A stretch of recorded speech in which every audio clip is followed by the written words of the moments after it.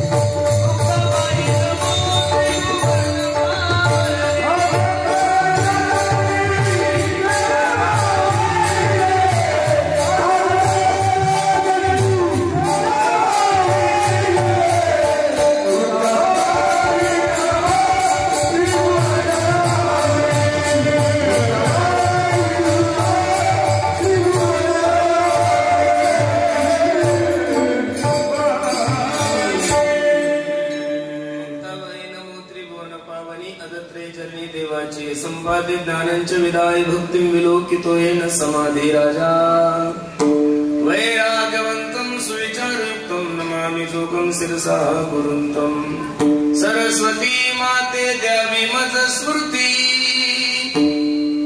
येतो काकुलती तुझ लागे आपुल्या बाळासी धरी आता हाती न करी फजिती जनामध्ये इहलोकीचा हा देह देव इच्छिता ती पाहे धन्य मी जन्म आलो दास विठोबाचे झालो प्रस्तुत प्राप्त प्रसंगी प्राप्त वेळी चिंतन रूपी सेवेसाठी जो निवडलेला अभंग आहे हा जगद्गुरु जगन्मान्य देहूचे सुप्रसिद्ध सगुण वैराग्याचे महान राष्ट्रज्ञानी श्री तुकोबाराय यांचा हा 4 चरणाचा अभंग असून अभंग बहुतांशी सर्वांच्या पाठातला परिचयातला खूप गोड अभंग आहे। या अभंगामध्ये माझे जगद्गुरु तुकोबराय या मानव देहाचं महत्व या अभंगातून पटवून देत आहेत। विठाल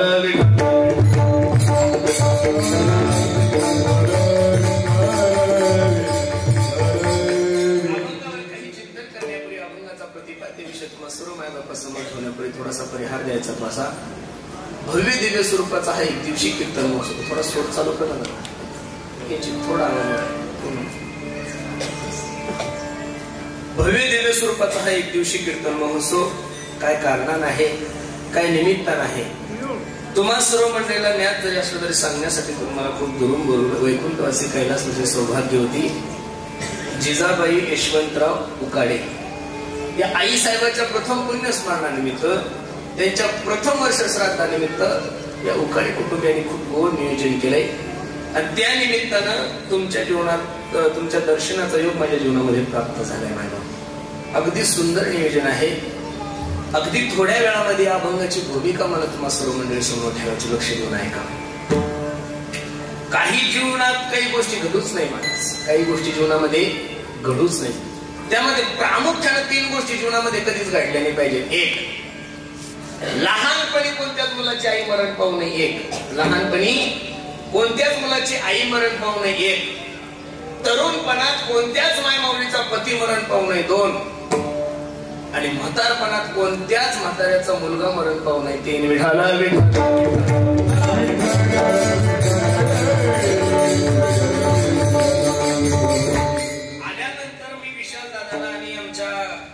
सागर दादांना विचारलं मला थोडी माहिती द्या त्यावेळेस त्यांनी मला सांगितलं की म्हणजे महाराज मी सॉफ्टवेअर इंजिनियर आहे माझा छोटा भाऊ वकील आहे बरोबर आहे का नाही मी सॉफ्टवेअर इंजिनियर होण्यासाठी माझा भाऊ वकील होण्यासाठी आमच्या आईने खूप काही कष्ट केले देवाचं गणितच कळत नाही मला नेमकं काय आहे काही कळत नाही लक्ष नाही का जगाचा एक नियम आहे ज्यावेळेस दिवस चांगले येतात ते दिवस पाहण्यासाठी चांगले माणसं जिवंत राहत नाही हा जीवनातला सगळ्यात मोठा काय आहे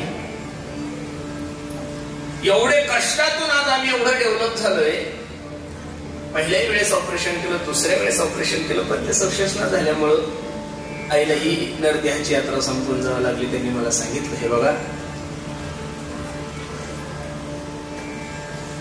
जगाचा मालक सुद्धा मातृप्रेमासाठी तरसलेला आहे स्वामी तिन्ही जगाचा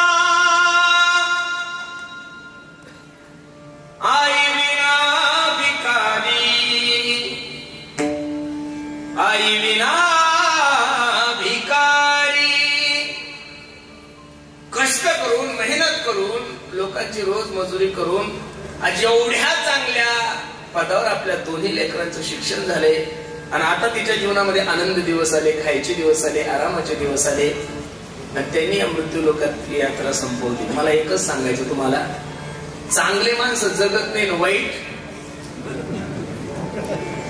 चांगले माणसं जगत नाही आणि वाईट माणसं मरत अरे चांगले माणसं जर तुम्हाला आणि मला हवे हवेसे वाटत असेल तर चांगले माणसं देवाला का नसेल आवडत विठाला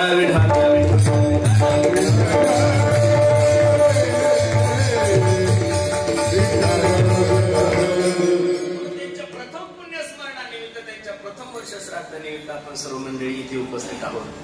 श्राद्ध या शब्दाचा अर्थ काय आहे श्रद्धेनं जे केले जातं त्याला काय म्हणतात श्राद्ध श्रद्धेनं जे केले जातं त्याला काय म्हणतो आपण श्राद्ध। आता श्राद्ध कोणाचं असतं ज्याच्या ठिकाणी श्रद्धा आहे त्याच्या ठिकाणी वर्ष श्राद्धाने दुसरं हे बघा माणूस मित्रावर विश्वास ठेवतो का श्रद्धा ठेवतो? माणूस मित्रावर विश्वास ठेवतो. ड्रायव्हरवर माणसाचा विश्वास आहे का श्रद्धा आहे? विश्वास आहे ना.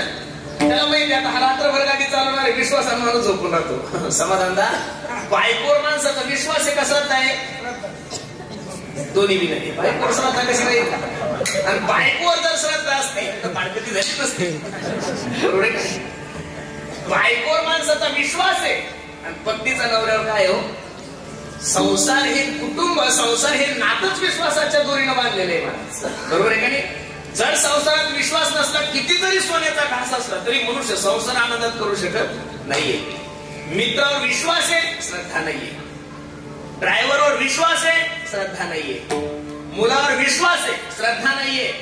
मुलीवर विश्वास आहे, श्रद्धा नाहीये. पण मला याच्याही उलट तुम्हाला सांगायचं, आईवर विश्वास आहे का श्रद्धा आहे माणसाची?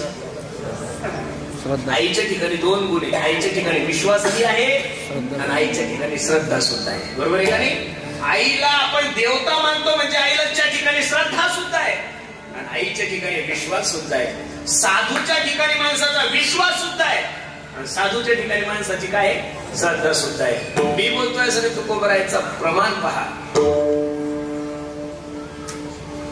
संताची ये पायी हा माझा विश्वास.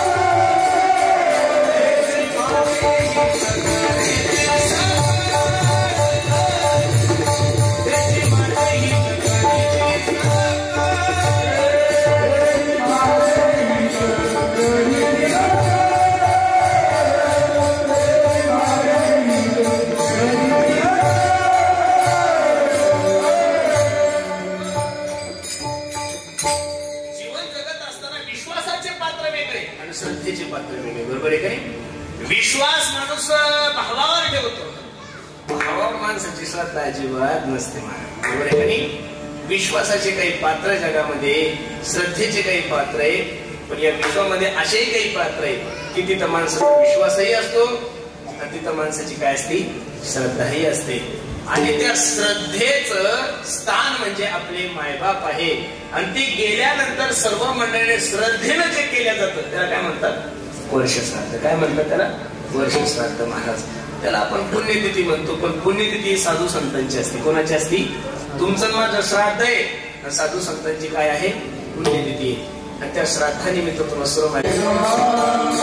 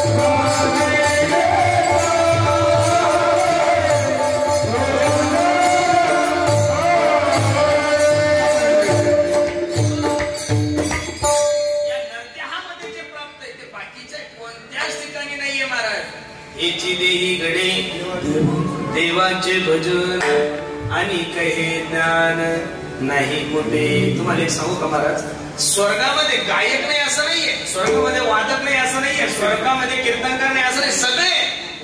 पण स्वर्गामध्ये जर गायन ऐकायचं असेल तर माणसाला पुण्य खर्च करावं लागतं. काय करावं लागतं? पुण्य खर्च. गंधर्वासारखे गायक आहे ना, इंद्रासारखे भयान सुंदर वादक आहे, पण त्यांचं ऐकण्यासाठी माणसाला पुण्य खर्च करावं लागतं. पुण्य संपादन करून मनुष्य स्वर्गात जातो.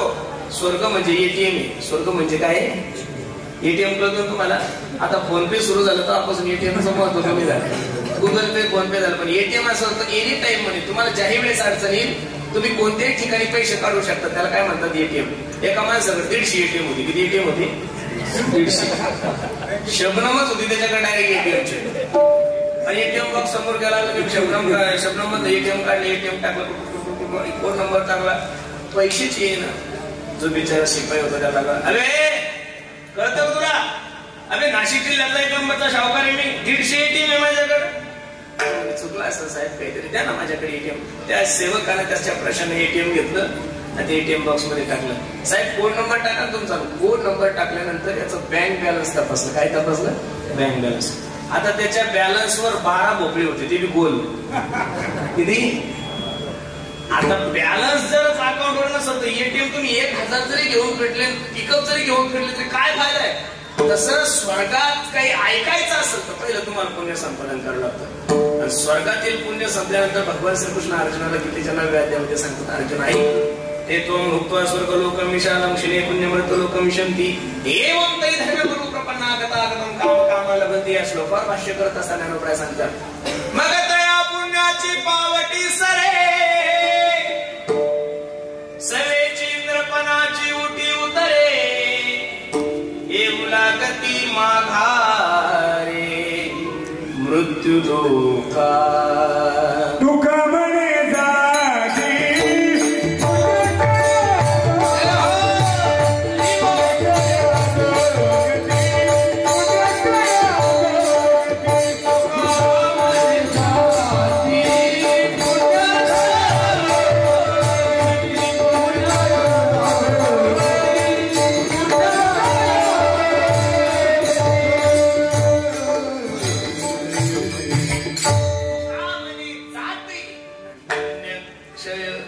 अधोगती. स्वर्गातील लोकांना सुद्धा लालूच लागलेली महाराजांची. काय लागलेली? लालूच. आता खरं सांगू का महाराज, कीर्तनकाराकडे पाहिलं की पकवाजाला सुद्धा विचार येतो, किती दिवस आपण पकवाजाचं आपण कीर्तन सुरू करू. बरोबर आहे का नाही? आता एवढं चांगलं चालू असताना का कीर्तनकाराकडे पाहायचं? ड्रायव्हर सांभाळा, गाडी सांभाळा. बरोबर आहे की नाही? आता एवढं देवानं सुंदर कंठ दिलाय, दररोजचे 2 कीर्तन आहे. मग कीर्तनात गायनातच आनंद मानत नाही, तरी सुद्धा एखादं कीर्तन करायची इच्छा. स्वर्गातील ते आपल्याकडे पाहून चालूच करतात. त्यांना वाटतं एवढं मोकळं कीर्तन, एवढी सुंदर पंढरपूरची वारी, एवढी सुंदर त्र्यंबकाची वारी, हे स्वर्गात नाहीये. ह्या गोष्टी स्वर्गात नाहीये. या गोष्टी स्वर्गात नसल्यामुळं स्वर्गातील देव सुद्धा या मृत्यू लोकांची अपेक्षा करतात. अभंगाचं पहिलं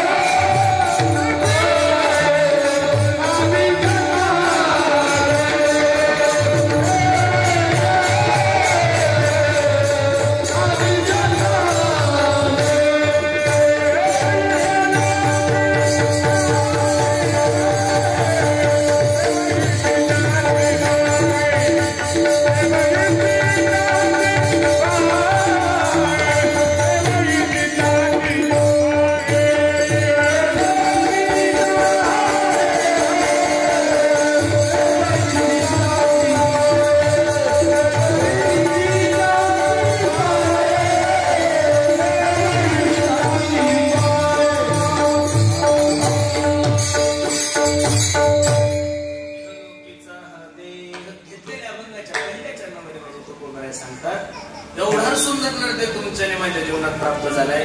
इथलं जे परमार्थाचं वातावरण, इथं जे संत संगतीचं वातावरण पाहिल्यानंतर स्वर्गातील देवानं सुद्धा इथे जन्माला येण्याची काय अपेक्षा आहे. स्वर्गीचे अमर इच्छिता ते देवा मृत्यू लोके व्हावा जन्मा. पण कशासाठी? नारायण नामे जीवन मुक्त कीर्तनी आनंद गाऊ. किती कीर्तनातला जो आनंद आहे, गाण्यातला जो आनंद आहे, भजनाचा जो आनंद आहे तो स्वर्गात नाही. म्हणजे इहलोकीचा हा देव देव इच्छिता ती पाय. काहींना नरदेहाचं महत्व कळालं म्हणून त्यांची ही अपेक्षा आहे. पण या जगातले सगळ्यात अभागी जीव तुम्ही आणि मी. एवढा सुंदर नरदेह मिळालेला आहे. इथं काय केल्यानंतर काय होतं हे सर्वांना माहीत असून सुद्धा तुमच्या आणि माझ्या अज्ञानामुळे तो वाया चाललाय. म्हणून सर्वांना माझी विनंती, दिले इंद्रिय हात पाय कान डोळे मुख बोलाया वचन, जेणे तू जोडसी नारायण. नारायणाला जोडण्यासाठी नरदेह महाराजांचं प्रमाण आहे. हा डोळे तुम्ही घ्या रे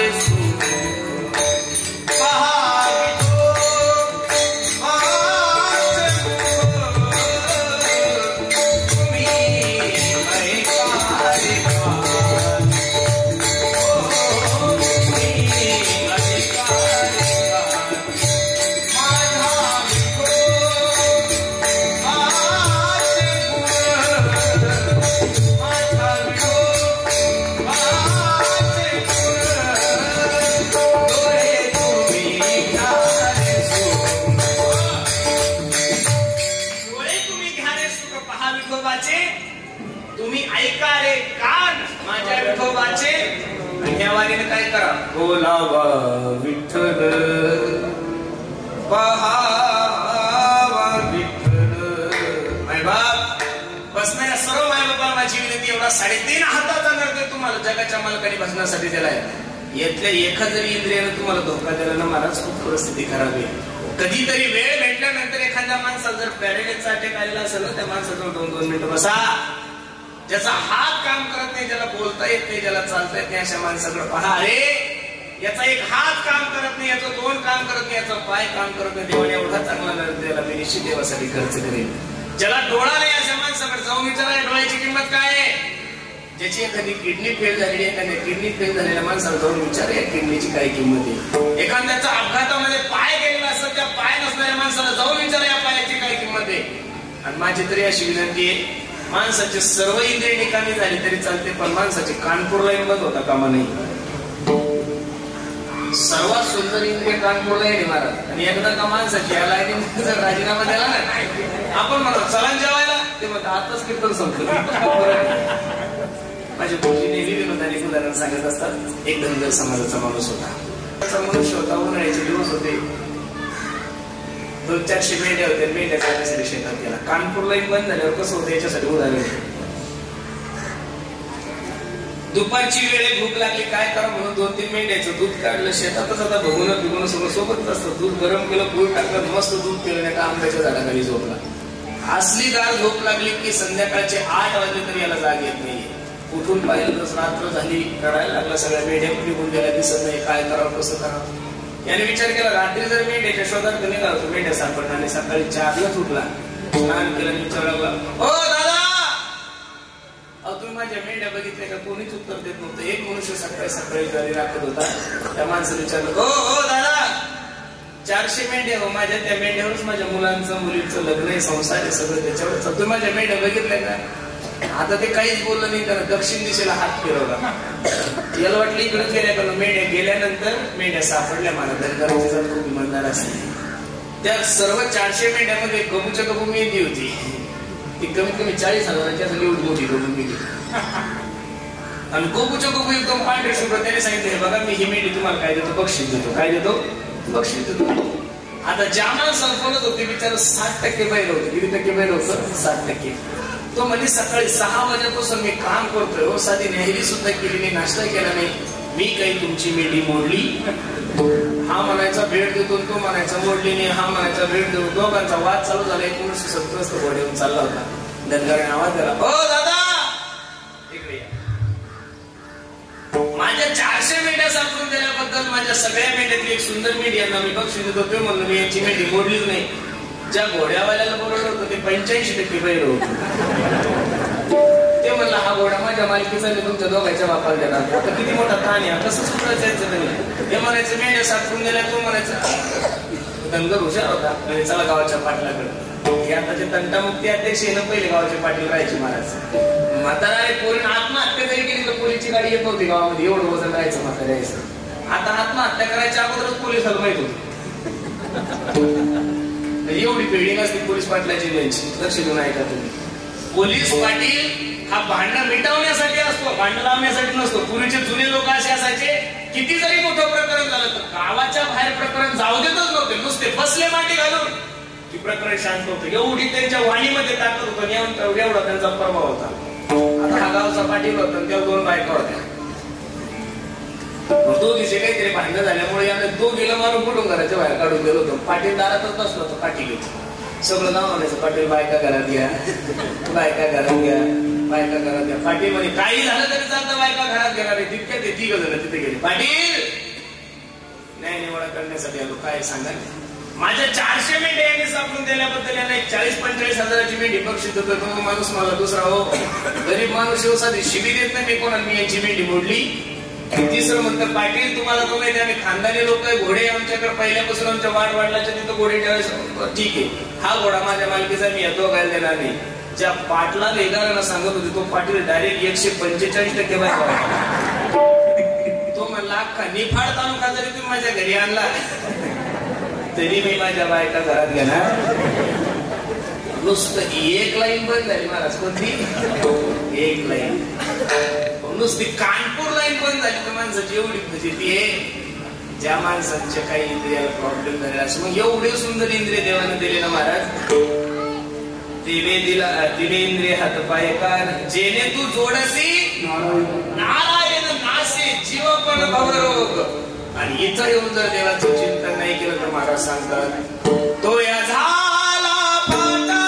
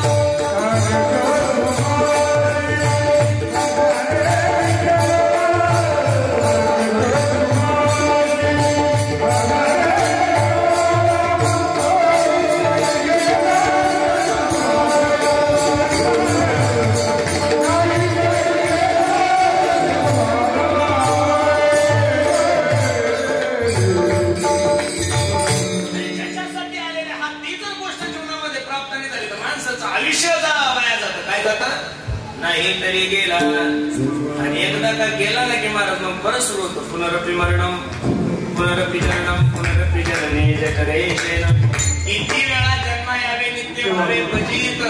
आंधळ्याच्या हातात कावळा सापडा तसा सापडलेला आहे. खरं सांगा, कावळा काही सापडायची गोष्ट आहे का? अहो 100 कीर्तन काय एकत्रित करा तरी कावळा सापडणार.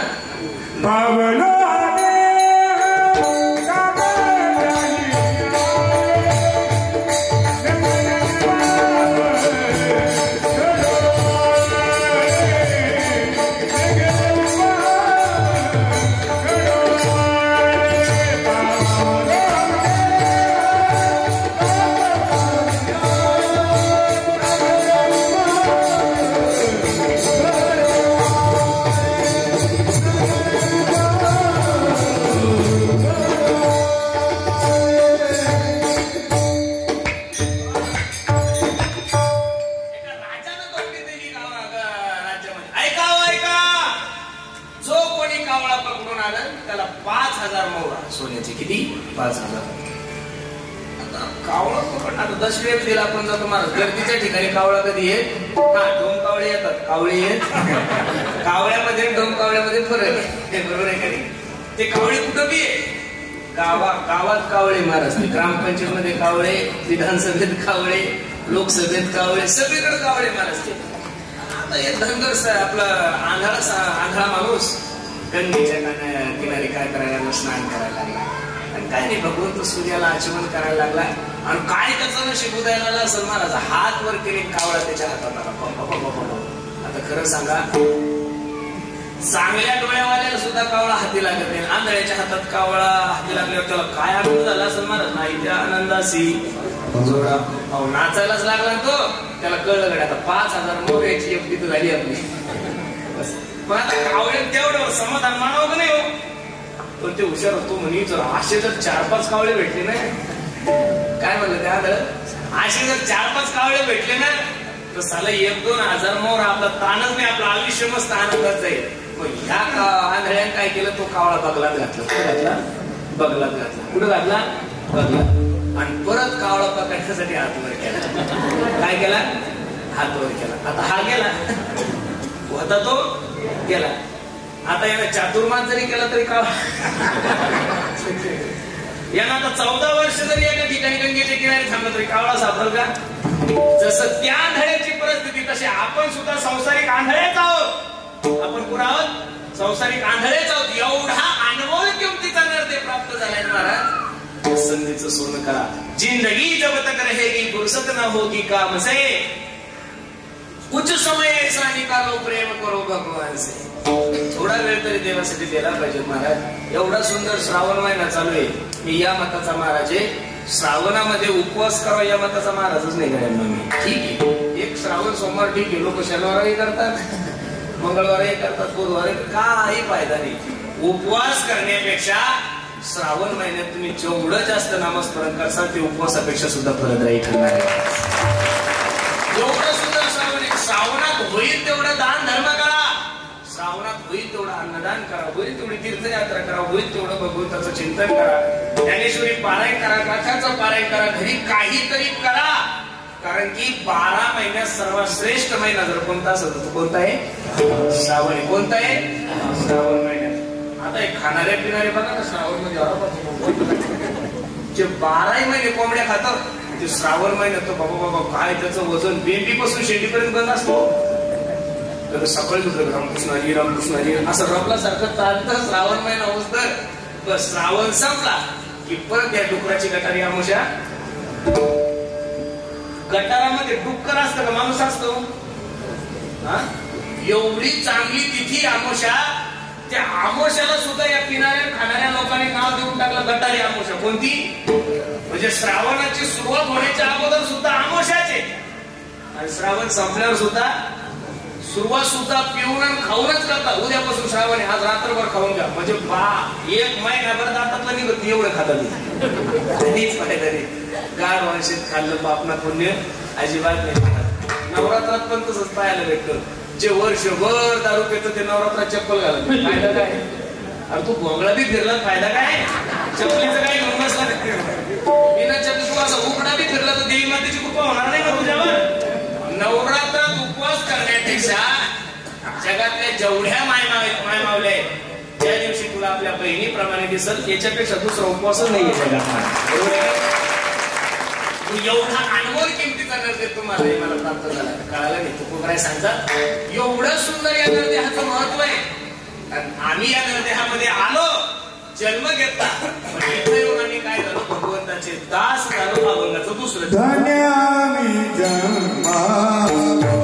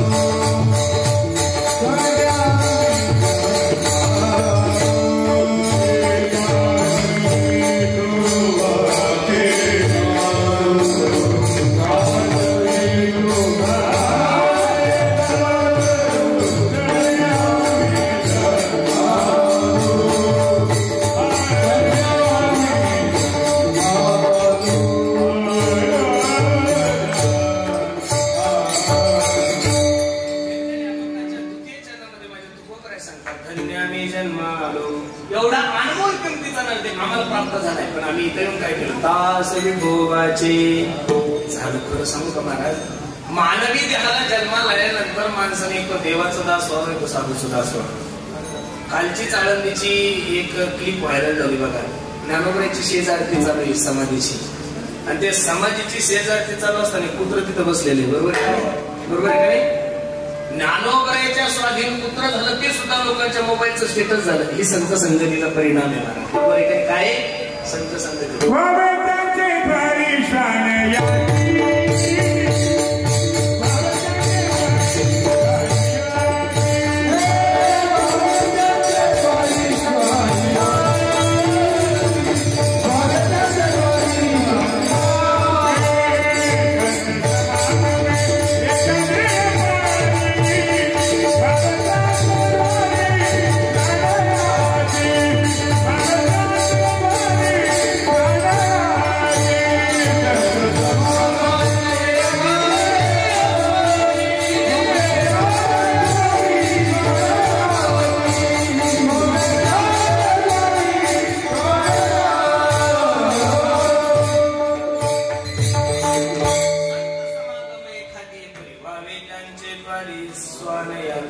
संत संगत में 3 गुण हर कोई लागत पाव. संत संगतीचे 3 गुण सांगतो. संत संगत में 3 गुण हर कोई लागत पाव, खाणे को मिष्टान्न मिळेल अंत वैकुंठ. संत संगतीचं महत्व असं आहे, तुमचा अधिकार जरी नसला तरी लोक तुमचं काय घेतात, दर्शन घेतात. एक खायला मिष्टान्न भेटतं. काय भेटतं? आता 10-15 दिवसापूर्वी एका ठिकाणी कीर्तनाला गेलो, समाधान झाले. श्रीमंत माणूस होता, 100-200 कोटीची प्रॉपर्टी होती त्याची, आणि त्याची पोर असे कपडे घालून फक्त 16 किलो भरतील असे वाळून गेलेले. आणि मग माझं नेमकं ते साहेब म्हणे आज तुम्ही आमच्या घरी मुक्काम करा. मग मी आपलं मुक्काम वगैरे केला, सगळं झालं. मग सकाळी उठल्यानंतर तिचे ते पोरं होते, त्या मायमावली तिच्या पोराला ते तुपाचे दिले बदाम, काजू, दुबईचे बदाम होते, एवढे सुंदर जम्मू काश्मीरची खडी वगैरे सगळं. आणि मग ते म्हणे महाराज तुम्ही काय घेणार नाश्त्यामध्ये? म्हणलं मला काय नाही, पोहे चालते. मग ती बाई माझ्या समोर बसली, रडू लागली. म्हणे महाराज प्युअर कपिला गाईचं दूध आहे म्हणे माझ्या लेकराला, सकाळी अर्धा लिटर संध्याकाळी अर्धा लिटर. दररोज बदाम भिजवून खाऊ घालते हो, दररोजचं भातावर तूप आहे, एवढं चांगलं, इतकं सुंदर आहे. अमेरिकेहून सेव आणलेले म्हणे माझ्या नवऱ्याने, एवढं चांगलं आहे. तरी माझं पोरग अजिबातच सुधरत नाही. आणि मी सकाळी तुमचं जेवण पाहिलं, तुम्हाला मी सांगितलं काय बनवतो म्हणजे बाजरीची भाकर बनवून खिचडी बनवायची, तुम्ही काहीच खात नाही. मग तुमची तब्येत एवढी गुबगुबीत काय? मी तिला एवढं सांगितलं, बाई तुझ्या लेकरं घरचं खातात म्हणून सुधरत नाही.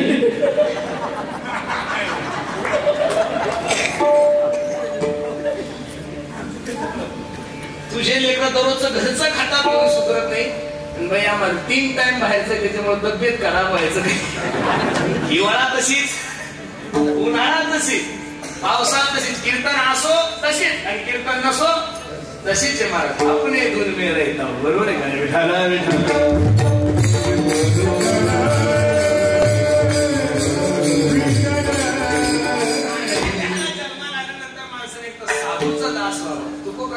तुमची दासीचा दास करून ठेवा, आशीर्वाद द्यावा. हाची मज दास होण्याची मजा आहे, ती मालक होण्यात नाहीये. मालक जर झालं तर त्या मालकाला किती त्रास आहे. मी नाही बोलत, तू कोण काय सांगतो. लहानपण देवा देवा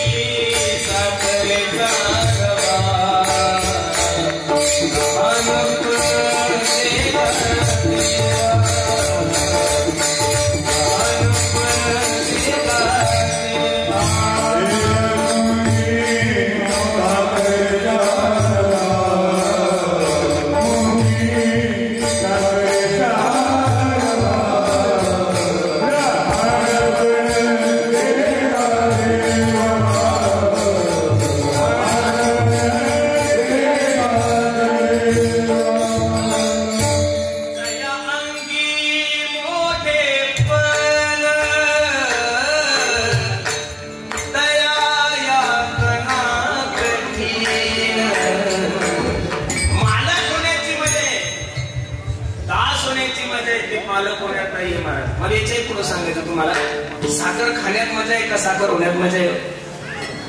साखर खाण्यात मजा आहे, साखर होण्यात मजाच नाहीये ना महाराज. साखरेचा काय आनंद आहे साखरेला नाही कळत. म्हणून तुकोबाराय सांगतात की नको ब्रह्मज्ञान आत्मस्थिती भाव, मला जीवनभर तुझं भक्त राहायचं, जीवनभर तुझा सेवक राहायचं. तुमची ये दासीचा दास करून ठेवा, आशीर्वाद द्यावा आजची मौज. तुमचं माझं चुकीचं झालंय, आपण दास झालोय संसाराचं. कोणाचं झालंय? दास. आणि संसाराचं दास होणं म्हणजे गाढवाने शेत खाल्लं पापना पुण्य, काहीच फायदा नाही. दास होत असताना माणसानं साधूचा भाव, दास होत असताना माणसानं ज्ञानोबराय तुकोबरायचं भाव, पांडुरंगाचं भाव. कारण चालवणारे ज्ञानोबराय तुकोबराय, दुसरं कोणी काही चालवत नाहीये. तुमच्या शरीराची जी दळणघळण असेल, तुमच्या जीवनाच्या गोष्टी होत असेल, त्या कोणाच्या कृपेमुळे होत नाही, त्या फक्त ज्ञानोबराय तुकोबरायच्या सत्तेमुळे होतात.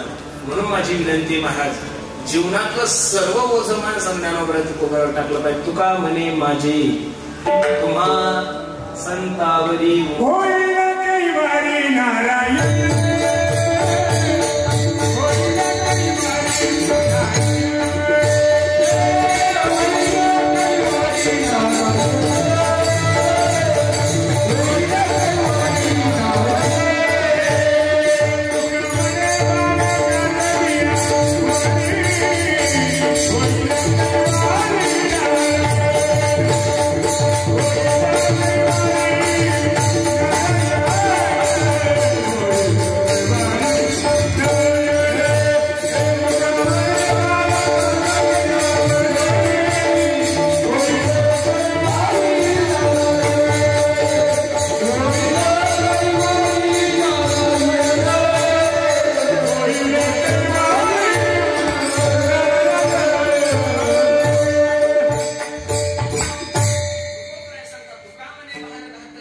होईल कैवारी नारायण. तुम्हाला त्याच्यावर भार घालावा लागेल का? तुमचा भार कमी करण्यामध्ये तो सक्षम आहे. ऐका यशस्वी अवतार्य ज्ञान वैराग्य ऐश्वर्य हे साही गुणवर व्यवस्थित येतं. म्हणून येतो भगवान तुका. रडायचं असेल तरी देवापाशी रडा. कोणापाशी रडा? देवापाशी रडा, साधूपाशी रडा. तुमच्या रडण्याला समाधान प्राप्त होईल. माणसाने माणसासमोर रडून काय फायदा आहे महाराज? उघड्या शेजारी नागो गेलं रात परिवार मिळून असं वाटतं लोकांना की ह्या माणसाकडे गेले की मला समाधान होईल, त्या माणसाकडे गेले की मला समाधान. हा, माणसाचा जन्मच असमाधानी, तर समाधान कसं होईल महाराज? होऊ शकत नाहीये. समाधान देऊ शकतो देव, समाधान दादा सुद्धा समाधान देऊ नाही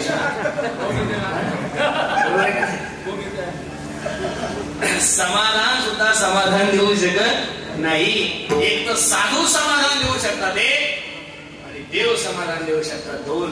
अरे ज्ञानोबा आहे, पांडुरंग परमात्माला ज्यावेळेस समाधानाची अपेक्षा झाली, विश्रांतीची अपेक्षा झाली, त्यावेळेस पांडुरंग परमात्म्याने नामदेवाला सांगितलं, नामा म्हणे देवा चला दया विश्रांती घ्यावं या कल्पवरी. खरा समाधान, खरा आनंद, खरं जर सुख कोणापासून असेल तर संतांच्या स्वाधीन होण्यामध्ये आहे, देवाच्या स्वाधीन होण्यामध्ये आहे.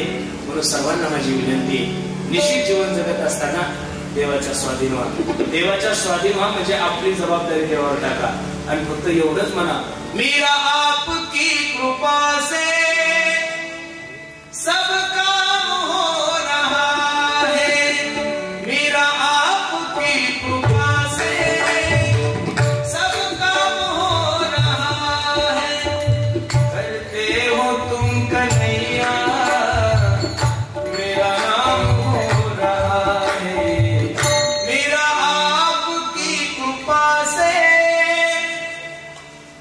सब काम हो रहा है. भगवंताच्या सत्तेने सर्व सत्य चालते. चाले हे शरीर कोण बोलविते हरिविन देखवी ऐकवी एक नारायण तयाचे भजन तुझी आसते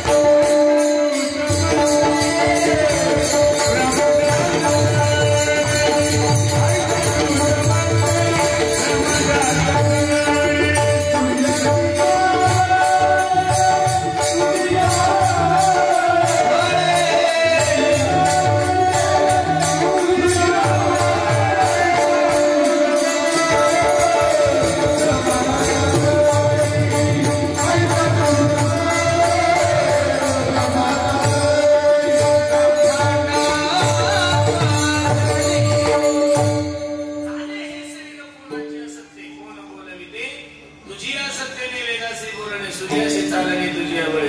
तुम्हाला जरा असं वाटत असेल तुम्ही कोणाला चालवता, तुम्ही कोणालाच नाही चालवता. आपल्या सत्तेने आपली बायको चालत नाही, आपल्या सत्तेने आपली बायको सुद्धा चालत नाही. पण बायकोच चालत नाही तर बाकीचे लोक काय चालणार आहे. म्हणून ती गमेड सोडून द्या. देखवी ऐकवी एक नारायण तयाचे भजन चुकू नको. आज तुम्ही कीर्तनाला आले, कीर्तनात जिवंत आहात, ही सत्ता सुद्धा माझ्या देवाची. कोणाची?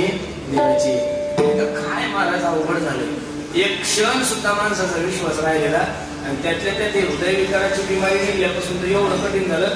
चालता बोलतो लोक म्हणायला लागले हो, लोक कपाताच्या कपात बसले लोक म्हणजे आता कीर्तनात होता हो, पहिली चाल म्हणजे चलो मेला वेळच लागत. आता नव्हते अकरा कीर्तन झालं होतं महाराजाचं. अजिबात नाही महाराज. परवा दिवशी सुद्धा एक आमच्या चांगल्या महाराजांचा ऍक्सिडेंट झाला. आपले मालेगावचे होते 40 गावजवळ. ऍम्ब्युलन्स धरले चांगले संत व्हायचे होते. सकाळी कार्यक्रम केला आणि दुपारी दवाखान्यात जायचं म्हणून माणसाचा क्षणाचा सुद्धा भरोसा नाही. एक क्षण सुद्धा भगवंताच्या चिंतनाविना जाता कामा नये. श्वास श्वास पर कृष्ण भजी वृथा सासना खोए. ना जाने श्वास की आवन होए ना होए. प्रत्येक क्षणाला रामकृष्ण हरी रामकृष्ण हरी रामकृष्ण हरी रामकृष्ण हरी. कुठेही बसल्या ठिकाणी जिस देश में जिस वेश में परिवेश में रहो राधा रमन राधा रमन राधा रमन कहो. कोणत्याही देशामध्ये राहा, कोणत्या वेशामध्ये राहा, कोणत्या जातीमध्ये राहा, कोणत्या धर्मामध्ये राहा, पण प्रत्येक ठिकाणी भगवंताचं काय करा? चिंतन करा, नामस्मरण करा. विनवितो सकळ जना कर जोडून थोर लहाना. दान तुले द्या मज दिना म्हणे तुकया बंधू. राम राम स्मरा आधी लाहो करा गाठ घाला. मुळबंदी सांडावा या उपाधी लक्ष लावून राहा. तुकोबराय सांगतात आम्ही हेच केलं. धन्य आम्ही जन्मालो दास विठोबाचे झाले. पांडुरंगाचे दास झालो. त्याच्यामुळे काय महाराज मोक्ष आम्हा घरी कामारी हे होय सांगोय तुका म्हणे. अहो पांडुरंग परमात्मा आमच्या घरी काम करत होता याच्यात नाही. अंतकाळी विठू आमाशी पावला आणि गुढी सहित झाला.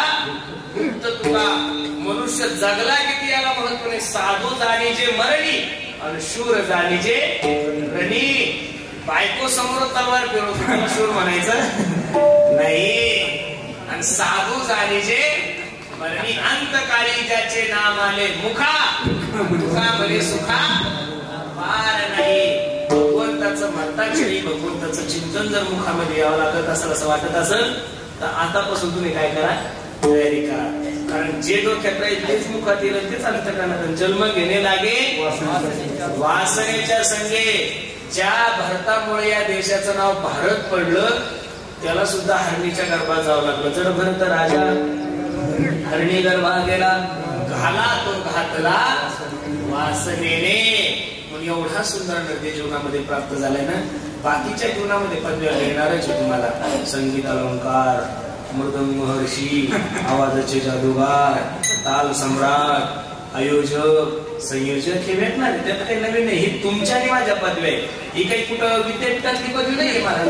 कोणी कोणाला काही म्हणतात. ज्याला काही करते लोक त्याला शास्त्री म्हणतात. त्याचा स्वरच लागत लोक त्याला अभिनव म्हणतात. त्याला काही कोणी कोणाला काही म्हणतात. म्हणण्याबाबत काही नाहीये.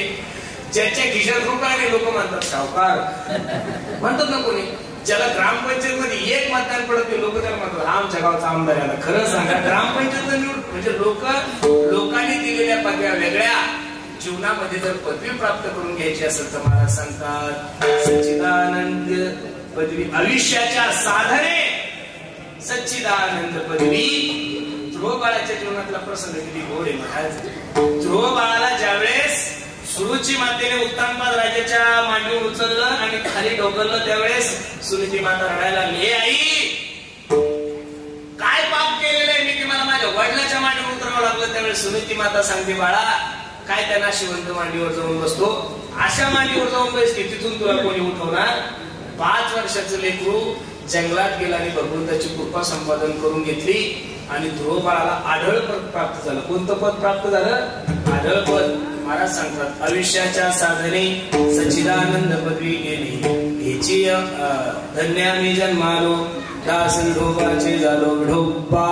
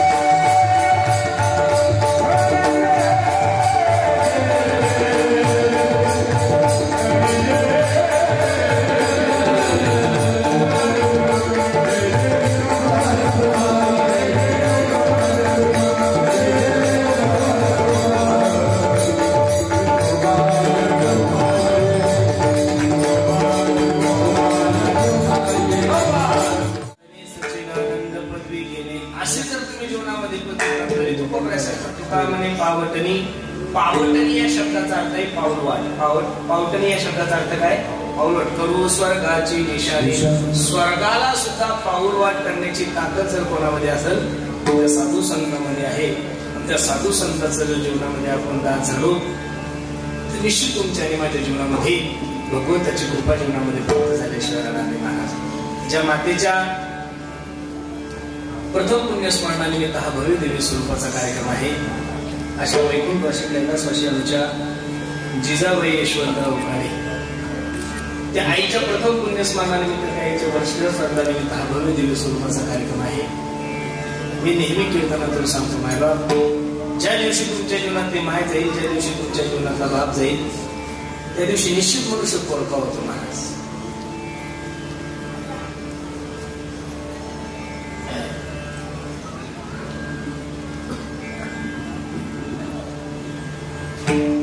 स्वामी तिनी जगाचा आई बिना भिकारी. पैसों से खाना मिल सकता है बाजार में, पैसों से भूख नहीं खरीद सकते आप लोग. पैसों से किताबें खरीद सकते हो, पैसों से ज्ञान नहीं खरीद सकते. पैसों से अच्छा बिछाना खरीद सकते हो, पैसों से नींद नहीं खरीद सकते. उसी तरह पैसों से बहुत अच्छी बीवी हम लोगों को मिल सकती है, लेकिन पैसों से एक बात इस बाजार में नहीं मिलती, उसे माँ बाप कहते हैं. सर्वांना माझी विनंती बघा ज्याच्या जीवनातली माय गेली त्यांना समजून चालत की त्याच्या जीवनातलं प्रेम गेलं. महाराज तुम्ही कितीही नामांकित कीर्तनकार व्हा, नामांकित गायक व्हा, नामांकित वादक व्हा, महाराष्ट्राचे मुख्यमंत्री आणि देशाचे पंतप्रधान व्हा, थकून भागून ज्यावेळेस संध्याकाळी 4-5 वाजता घरी जाताना महाराज रात्रीचे 5 वाजलेले असू द्या दरवाजावर थाप टाका. दिवशी बायको दार उघडती, तिच्या बेडरूम मध्ये जाऊन ती झोपून राहती, पण त्या दारापाशी तुमची माय झोपलेली असू द्या. रात्री 4 वाजता 5 वाजता तिच्या मुखातून पहिला शब्द येतो, हे बाळ्या, हे सोन्या, 5 वाजले बाई कुठं होता तू? बरं जाऊ दे, जेवलास का तू? 5 वाजता सुद्धा जेवला का तू म्हणणारी जात जर या जगामध्ये असेल तू डाव्या साईडला पाहिजे मध्ये छोटस 2 मिनिट एका माय माऊलीचा डोळा खराब झाला. रडायला लागली. हे लाल्या डोळा खराब झालाय रे सोन्या माझा, काळजी करू नको माय. नाशिकच्या सगळ्यात मोठ्या महागड्या हॉस्पिटलमध्ये घेऊन जातो माय आणि तुझ्या डोळ्याचं ऑपरेशन करतो. आई रडायला लागली, म्हणायला लागली दादा नाशिकला जाऊन जर डोळा नीट नाही झाला तर काय करशील रे सोन्या, काळजी करू नको माय. या वर्षी तुझ्या आशीर्वादाने 15, 20, 30, 40 लाखाचे द्राक्षे झाले ग, चांगला कांदा झालाय. मुंबईच्या सगळ्यात मोठ्या महागड्या हॉस्पिटलमध्ये भरती करतो माय, तुझ्या डोळ्याचं ऑपरेशन करतो. आई परत रडायला लागली, दादा मुंबईला जाऊन जर डोळा नीट नाही झाला तर काय करशील? पोरग रडायला लागलं. रडता रडता सांगता आई हवे टच माझी 15 एकर जमीन आहे ग, त्यातली 5 एकर जमीन विकतो आई आणि अमेरिका सारख्या बलाढ्य देशामध्ये तुला घेऊन जातो आणि तुझ्या डोळ्याचं ऑपरेशन करतो. आईच्या डोळ्याला घाला लागल्या बाळा बस, आता ऑपरेशन करायची गरज नाहीये मला. अरे आता जरी मला येऊन येण्यासाठी आला तरी हसत मुखाने त्या मरणाचा स्वीकार करेल का? माझी कुस पवित्र झाली रे, माझ्या कुशीमधून तुझ्यासारखा प्रेम करणारा पोरगा जन्माला आला. आई रडायला लागली, पोरगे रडतं. पोरग रडता रडता आईला म्हणतो माय परीक्षा घेत होतीस का तू माझी? हो रे सोन्या मी तुझी परीक्षा घेत होती. बघ नाही मी तुझ्या परीक्षेमध्ये पास झालो माय, तुझ्यासाठी 5 एकर जमीन विकायला तयार झालो. आई एवढं प्रेम आहे का माझं तुझ्यावर? पण दुर्दैवानं जर माझा डोळा खराब झाला तर तू माझ्यासाठी काय करशील? म्हातारी आई होती, रडता रडता पदरानं आपले डोळे पुसले. लेकराला सांगितलं दाद्या हे सोन्या तुझा डोळा खराब झाल्यानंतर तुझी आई तुला दवाखान्यात नाही नेणार रे माझ्या सोन्या, माझा डोळा काढून तुझ्या हातात दिले एवढं प्रेम या जगामध्ये.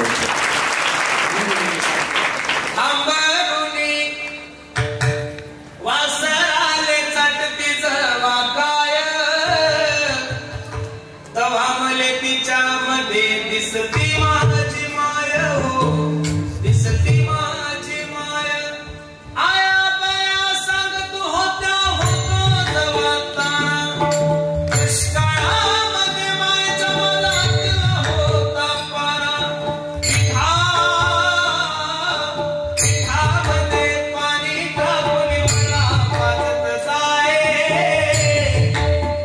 तवा मले पिठामध्ये दिसती माझी माय हो, दिसती माझी माय.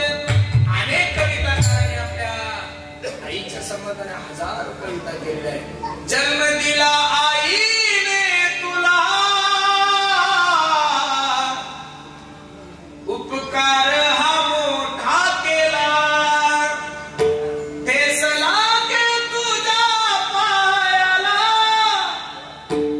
आसू येईल तिच्या डोळ्याला.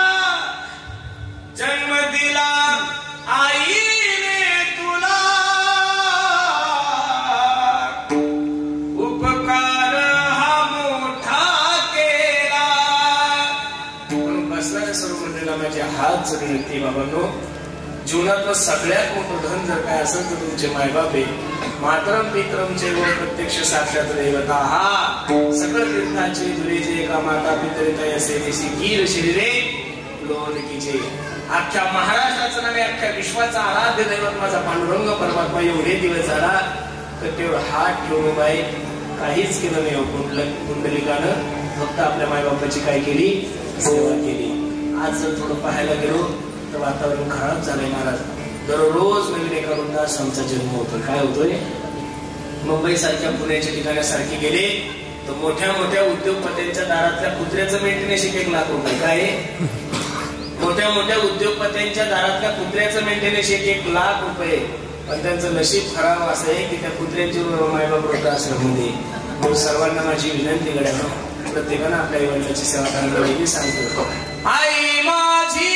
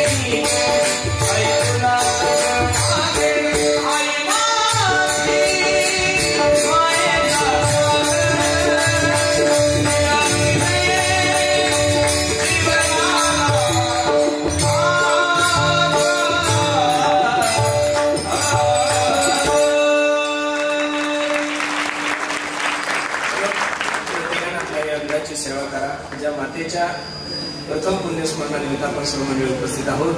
सागर दादा, विशाल दादा, तुमची आई ज्या ठिकाणी असेल त्या ठिकाणी हा कार्यक्रम पाहत असेल ना, एवढं सुंदर वातावरण, एवढा हा सर्व समाज. मी नारदाच्या गादीवर सांगतो, तुमच्या आईच्या सुद्धा डोळ्याला धारा लागल्या असतील. गोड नियोजन. काही गोष्टी नियतीमध्ये असतात, त्यात तुम्ही चुकू शकत नाही, मी सुद्धा चुकू शकत नाहीये. म्हणून खूप गोड नियोजन या सगळ्या कुटुंबियांनी केलं. ज्ञानोबराती कोबराय त्यांचं दुःख सहन करण्याची त्यांना निवृत्तीनाथाला शक्ती देऊ, अशी निवृत्तीनाथाच्या चरणी आपण विनंती करू. झालेली शांततेच्या चरणी अर्पण करतो.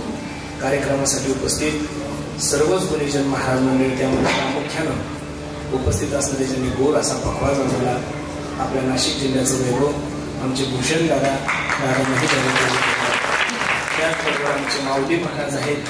माऊली महाराजांनी खूप सुंदर साथ केली, दादांनी त्यावेळी धन्यवाद. ज्यांनी गोड अशी पेटी वाजवली, आपल्या भागाची गुरुजी त्यांचे चिरंजीव दादांनाही द्यावे तेवढे धन्यवाद.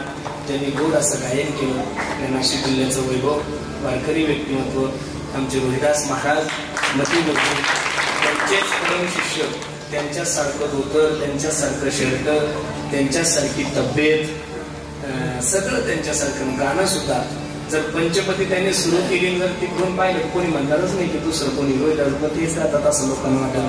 आमचे भास्कर बाबा त्यांच्याही चरणी माझा माता होतो.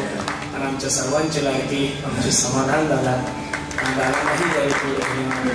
आज विठ्ठल रुक्मिणी दोघे हजर, बरोबर आहे का? कुंडलिक पण सोबत आणले का दोन्ही चांगले सहकुटुंब सहपरिवार आहे, नातेवाईकाचाच कार्यक्रम आहे. त्यांनाही द्यावे तेवढे धन्यवाद आहेत. खूप सुंदर सर्वच महाराज मंडळीवर प्रेम करणार लाडकं व्यक्तिमत्व, आणि माझ्यावर विशेष प्रेम आहे, बरोबर आहे का नाही? कारण मी साला आहे ना.